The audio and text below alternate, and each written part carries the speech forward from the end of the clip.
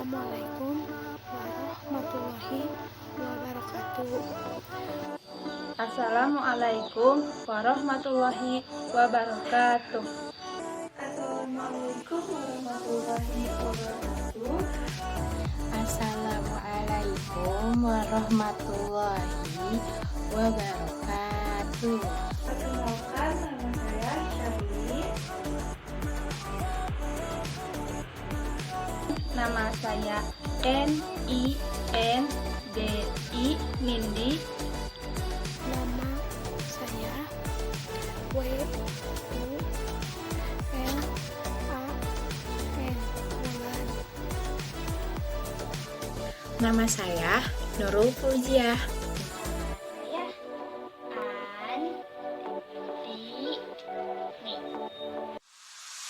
Saya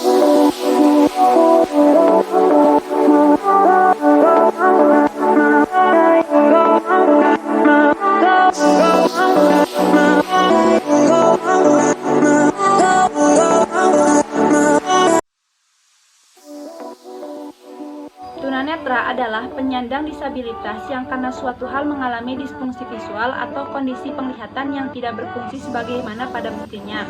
Hal tersebut bisa karena kecelakaan, penyakit, ataupun bawaan lahir. Nah, tunanetra identik dengan buta, tetapi buta belum tentu sama sekali tidak dapat melihat ataupun penglihatannya gelap. Bisa ada anak yang memang tidak dapat melihat sama sekali. Nah, anak tersebut digolongkan sebagai anak buta total. Tetapi di samping itu, ada anak yang memang masih memiliki sisa penglihatan, tetapi tidak dapat digunakan untuk menulis dan membaca huruf biasa. Menurut pendapat Sleman Triadi, seseorang dikatakan buta apabila penglihatannya tidak dapat digunakan untuk pendidikan. Tapi menurut pendapat lain, yaitu menurut Persuni, tunanetra adalah mereka yang tidak dapat melihat sama sekali ataupun hingga mereka yang masih memiliki sisa penglihatan tetapi tidak dapat digunakan untuk menulis ukuran biasa yang berukuran 12 poin dengan cahaya normal meskipun dengan menggunakan kacamata. Nah, dari pengertian tersebut berarti dapat disimpulkan bahwa tunanetra itu terbagi menjadi dua. Yang pertama, seseorang yang memang tidak dapat melihat sama sekali disebut buta total. Yang kedua adalah seseorang yang memang masih memiliki sisa penglihatan tetapi tidak dapat digunakan untuk pendidikan, contohnya seperti membaca dan menulis ukuran biasa. Nah, anak tunanetra tersebut disebut dengan low vision.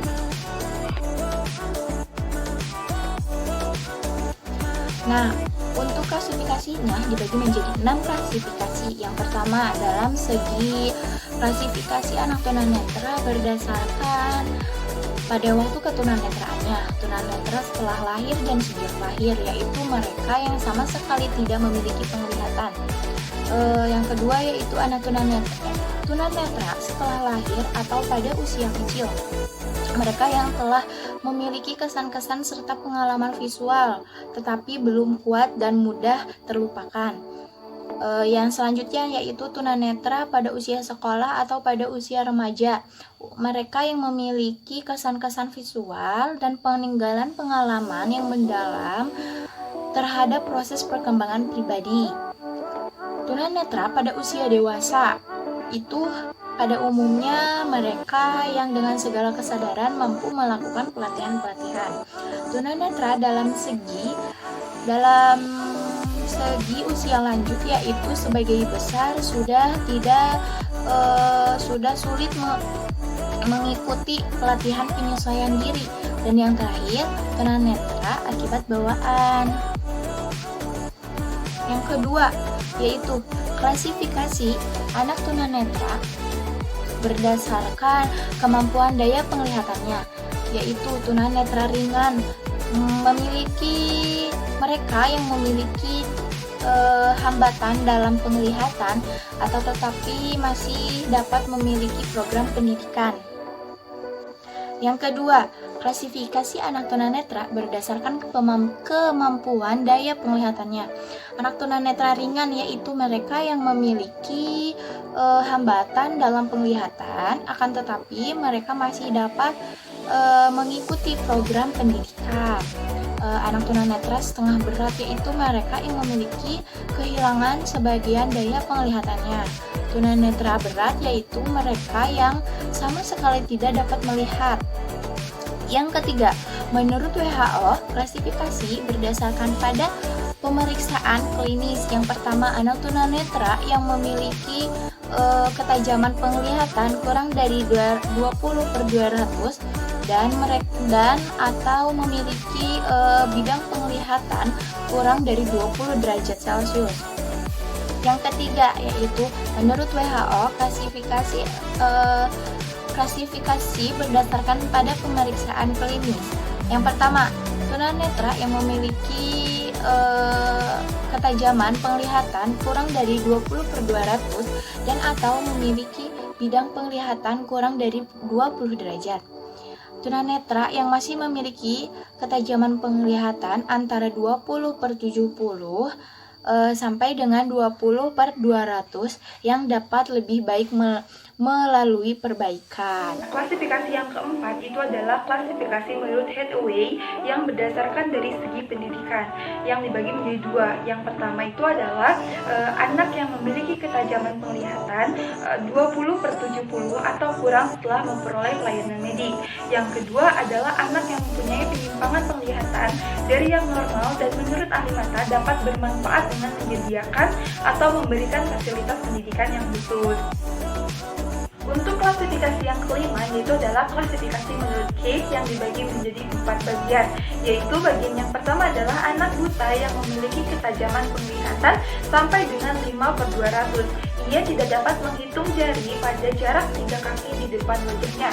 Nah, yang kedua adalah anak yang masih bisa diharapkan untuk bisa berjalan sendiri, yaitu anak yang memiliki ketajaman penglihatan sampai dengan 10/200, tetapi ia tidak dapat membaca huruf-huruf yang besar, seperti judul berita pada koran. Nah, yang ketiga yaitu adalah anak yang mampu membaca huruf-huruf besar pada koran, yaitu yang memiliki ketajaman penglihatan sampai dengan 20/200. Akan tetapi, ia tidak dapat diharapkan untuk membaca huruf 14 poin atau tipe yang lebih kecil. Nah, yang keempat atau yang terakhirnya yaitu adalah anak yang memiliki penglihatan pada batas ketajaman penglihatan yaitu 20/200 atau lebih. Akan tetapi ia tidak memiliki penglihatan cukup untuk melakukan kegiatan-kegiatan yang memerlukan penglihatan, dan anak ini tidak dapat membaca huruf 10 poin. Klasifikasi yang terakhir atau klasifikasi yang keenam adalah klasifikasi menurut Howard dan Orlansky. Nah, klasifikasi ini didasarkan pada kelainan-kelainan yang terjadi pada mata, yaitu kelainan ini dapat disebabkan karena terjadinya kesalahan pembiasan pada mata. Hal ini dapat terjadi jika cahaya tidak terfokus sehingga tidak jatuh pada retina. Untuk mengatasi hal peristiwa ini yaitu dengan menggunakan lensa atau lensa kontak. Kelainan-kelainan menurut Howard dan Orlansky yaitu dibagi menjadi 3 bagian. Yang pertama adalah myopia, yaitu penglihatan jarak dekat, dan penglihatan ini dapat terlihat jika objek didekatkan. Nah, untuk mengatasi peristiwa ini yaitu dengan menggunakan kacamata koreksi dengan lensa negatif. Yang kedua adalah hyperopia, yaitu penglihatan jarak jauh. Penglihatan ini akan terlihat jika objek dijauhkan. Untuk mengatasi peristiwa ini yaitu dengan menggunakan kacamata koreksi dengan lensa positif. Dan yang terakhir atau yang ketiga adalah astigmatisme, yaitu penglihatan kabur yang disebabkan karena ketidakberesan pada kornea mata, sehingga bayangan pada benda baik dari jarak dekat maupun jauh itu tidak terfokus. Nah, untuk mengatasi peristiwa ini yaitu dengan menggunakan kacamata koreksi dengan lensa silindris. Karakteristik anak tunanetra dapat dibagi menjadi 3. Yang pertama itu ada curiga pada orang lain. Keterbatasan dalam penglihatannya membuat anak tunanetra sulit untuk berorientasi dalam lingkungannya sehingga mobilitasnya. Yang kedua, mudah tersinggung. Pengalaman sehari-hari yang menimbulkan rasa kecewa pada tunanetra dapat mempengaruhi sehingga tekanan-tekanan suara atau fisik yang tidak sengaja dari orang lain dapat menyinggung perasaannya. Lalu yang ketiga, ketergantungan pada orang lain. Sifat ketergantungan ini mungkin saja terjadi pada tunanetra. Hal tersebut mungkin saja terjadi karena ia belum dapat sepenuhnya mengatasi kesulitannya sehingga selalu mengharapkan bantuan orang lain. Karakteristik sosial anak tunanetra tadi bisa kita dalami dengan cara yang pertama, rasa curiga terhadap orang lain, atau bisa dalami dengan cara memperkenalkan anak tunanetra terhadap lingkungan sekitarnya seperti sekolah, keluarga, masyarakat, dan teman sebaya. Yang kedua, perasaan mudah tersinggung dapat kita dalami dengan cara memperkenalkan anak tunanetra kepada lingkungan sekitarnya seperti tadi, dan memberikan pengertian bahwa setiap orang berbeda-beda sifat dan karakter. Yang ketiga, rasa ketergantungan yang berlebih dapat diatasi dengan cara meraba dan mengingat-ingat letak benda tersebut.